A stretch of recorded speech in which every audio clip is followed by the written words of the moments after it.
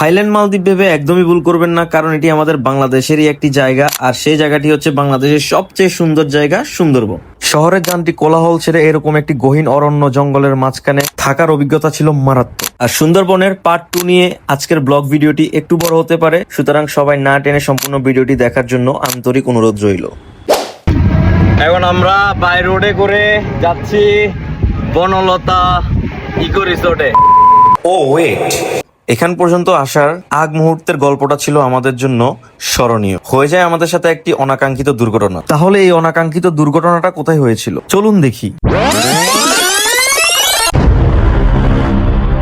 আমার পূর্বের ব্লগ ভিডিওটি আপনারা সবাই ইতিমধ্যে দেখেছেন। আমরা সুন্দরবনের সুন্দর ইকো রিসোর্টে ছিলাম। যারা যারা আমার পূর্বের ব্লগ ভিডিওটি দেখেন নাই তারা কাইন্ডলি দেখে নেবেন। সুন্দরবনের সুন্দর ইকো রিসোর্ট চেক আউট শেষ করে আমরা ওদেরই বোট দিয়ে চলে যাচ্ছিলাম সুন্দরবনের করমজলের উদ্দেশ্যে। ওখানে কিছুক্ষণ থেকে তারপরে আমরা আমাদের নেক্সট রিসোর্টে যাব, কিন্তু তার আগে হয়ে যায় আমাদের সাথে একটি অনাকাঙ্ক্ষিত দুর্ঘটনা। করমজলে ঠিক এখানে আসার সাথে সাথে আমাদের বোটটা ফুটো হয়ে গেছে, অর্ধেক পানি ভিতরে অলরেডি আছে। আমরা সবাই নেমে গেছি আমাদের ব্যাগ ট্যাগ নিয়ে। এখন আমাদের জন্য আরেকটা বোট আসছে। আমাদের সাথে অনেক বড় রকমের একটা অ্যাক্সিডেন্ট থেকে আমরা বাঁচছি। এই যে আমার বডি বন্ধু, ও অনেক পরিশ্রম করছে, এই ব্যাগ ট্যাগ গুলা নামাইছে, মানে অনেক বড় একটা বিপদ থেকে বাঁচছি। আমরা যে কোনো জায়গায় গেলে কোনো না কোনো একটা ব্যাড বাস আছে, কিন্তু এই ব্যাড বাস গুলো আমাদের চরম লেভেলের একটা এক্সপিরিয়েন্স হয়। এখানে আবার এই যে কিছু বানর আছে, এরা আবার যে কোনো কিছু পাইলে নিয়ে যায়। কিছুক্ষণ আগে আমাদের কি জানি নিয়ে গেছে, ব্যাগের সামনে যা পাইছে। মোবাইল টোবাইলের জন্য খুব সাবধানে রাখতে হয়। মোবাইলও তারা নিয়ে যায়, এই যে এই গাছ থেকে আইসা মোবাইলগুলো নিয়ে যায়। এই জন্য অনেক ভয়ে ভয়ে ভিডিওটা করতেছি, শুধুমাত্র এই এক্সপিরিয়েন্সটা আপনাদের কাছে শেয়ার করার জন্য।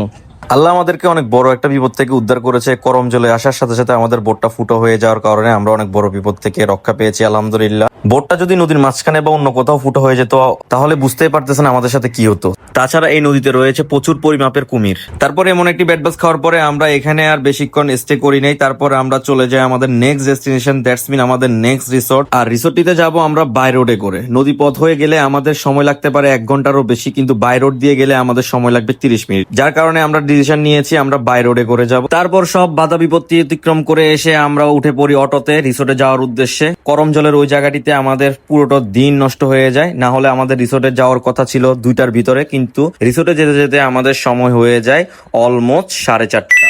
পরিশেষে আমরা আমাদের কাঙ্ক্ষিত লোকেশনে এসে পৌঁছাই, বনলতা ইকো কটেজ, সুন্দরবনের আরেকটি সুন্দর রিসোর্ট। এই রিসোর্টটা নিয়ে থাকছে আজকের ব্লগ ভিডিও। হতে পারে আপনার নেক্সট ডেস্টিনেশন সুন্দরবনের এই রিসোর্টটি। আর এটি হচ্ছে বনলতা ইকো কটেজের লবি। আমরা ঠিক চলে আসি এই লবিতে। আর লবিতে আসার সাথে সাথে আমাদেরকে ওয়েলকাম ড্রিঙ্কস সার্ভ করা হলো, আর আমরা অনেক বেশি টায়ার্ড ছিলাম। আর এই ওয়েলকাম ড্রিঙ্কসটা ছিল আমাদের জন্য একদম রিফ্রেশিং। এই রিসোর্টে আমরা নিয়েছি 2 তলা বিশিষ্ট একটি ভিলা। এই ভিলার একদিনের রেন্ট যদি আপনাদেরকে ধারণা দিই তাহলে সেক্ষেত্রে আপনাদের মেম্বারের উপর ডিপেন্ড করবে। আপনাদের মেম্বার যদি 10 জন হয় তাহলে 35 থেকে 40 হাজার টাকা পর্যন্ত হতে পারে। মেম্বার যদি 4 জন, 5 জন, 6 জন কিংবা 7 জন হয় সেক্ষেত্রে 20 থেকে 25-এর মধ্যে থাকতে পারে। সুতরাং সম্পূর্ণ ডিপেন্ড করবে আপনারা কয়জন মেম্বার এই ভিলায় থাকতে চান।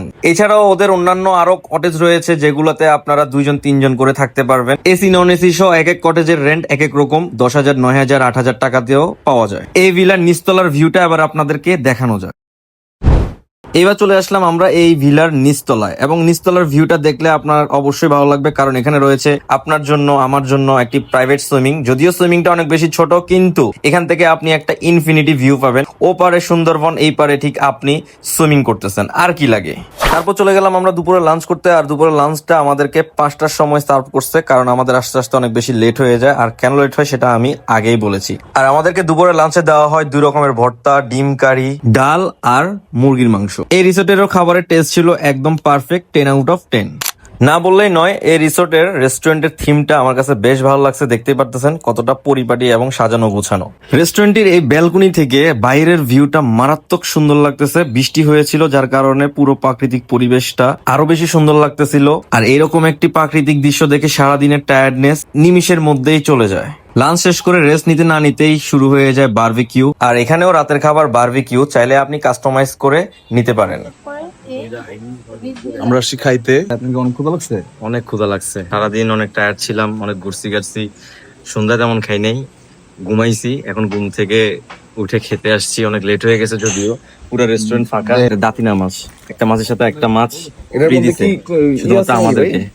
আর এটা এটা কি হচ্ছে জানি দিছিলেন দুপুরে, বারবিকিউ ওইটা আছে? চিকেন, আর এটা হচ্ছে বারবিকিউ দাতিনা মাছ। কেওড়া, এটা আমাদের আমার ডাল- রাতের ডিনার। তারপর দিন সকালবেলা ঘুম থেকে উঠে পুরো রিসোর্টটাতে একটু হেঁটে বেড়াই। এরকম একটি জায়গায় সকালবেলাটা যখন শুরু হয় কার না ভালো লাগে। এরপর চলে যায় সকালের নাস্তা করতে। সকালে নাস্তাতে ছিল কি, একটা লেবু, বেগুন ভাজি, আর হচ্ছে ডিম, আর সাথে আছে the one and only blogger Shaon, যার ব্লগটা আপনারা দেখতেছেন। সকালের নাস্তাটা শেষ করার পর বাইরের দৃশ্যটা আপনাদেরকে একবার না দেখালেই নয়, কারণ সকালের ভিউটা অনেক বেশি সুন্দর থাকে এই সুন্দরবনে। এই জন্য সুন্দরবনটা এত বেশি সুন্দর। বারবার মন একটা কথাই বলে, feeling so good, feeling so good. আমি সবাই বলতে বাধ্য, কারণ এতক্ষণ বৃষ্টি ছিল না, হঠাৎ করে ঝুম বৃষ্টি শুরু হয়ে গেল এবং প্রাকৃতিক পরিবেশ আবারও অনেক বেশি চেঞ্জ হয়ে গেল এবং অন্যরকম একটি পরিবেশ তৈরি করে ফেললো। এটাই হচ্ছে সুন্দরবনের মারাত্মক একটি সৌন্দর্য। তারপর শুরু হয় আমাদের ইনফিনিটি ভিউতে সুইমিং করা। হোয়াটসঅ্যাপ গাইস, এখন আমরা আছি সুন্দরবনের ঠিক ইনফিনিটি একটা ভিউতে, আর ভিউটা হচ্ছে পাশেই হচ্ছে সুইমিং, ভিউ হচ্ছে ঠিক এইটা। আর কি লাগে, সুন্দরবন ওই সাইডে আর এই সাইডে সুইমিং করতেছি। তারপর অনেকক্ষণ সুইমিং করলাম, মজা মাস্তি ফান এনজয় সবই করা হলো আমাদের। এরকম একটি যখন প্রাইভেট সুইমিং পাবেন আর এরকম একটি ভিউর মাঝে, এরকম একটি মনোরম পরিবেশের মাঝে যখন আপনি সুইমিং করবেন, তখন আপনার মনে হবে আপনার পুরো টাকা উসুল। পরিশেষে আমি বলবো সুন্দরবনের বনলতা ইকো কটেজে থাকার অভিজ্ঞতা আমার খুব ভালো ছিল, কিন্তু তাদের কিছু কিছু জিনিস আমার ভালো লাগেনি। তার মধ্যে হচ্ছে থাকার জায়গাগুলো আরো বেশি চেঞ্জ করা উচিত এবং রুমের ডেকোরেট গুলো চেঞ্জ করা উচিত, যেটা আমাদের কাছে একদমই ভালো লাগেনি, এবং তাদের সার্ভিস কোয়ালিটি আরো বেশি ভালো হওয়া প্রয়োজন। এছাড়া হোল রিসোর্টটি এবং রিসোর্টের এনভায়রনমেন্ট এবং রিসোর্টের প্রাকৃতিক ভিউ এবং আপনার রুম থেকে সুন্দরবন ভিউটা ছিল একদম টপ নচ লেভেলের। ভিডিওটি আর বড় করবো না, আজ এ পর্যন্তই। এভরিওয়ান টেক কেয়ার এন্ড আল্লাহ হাফেজ।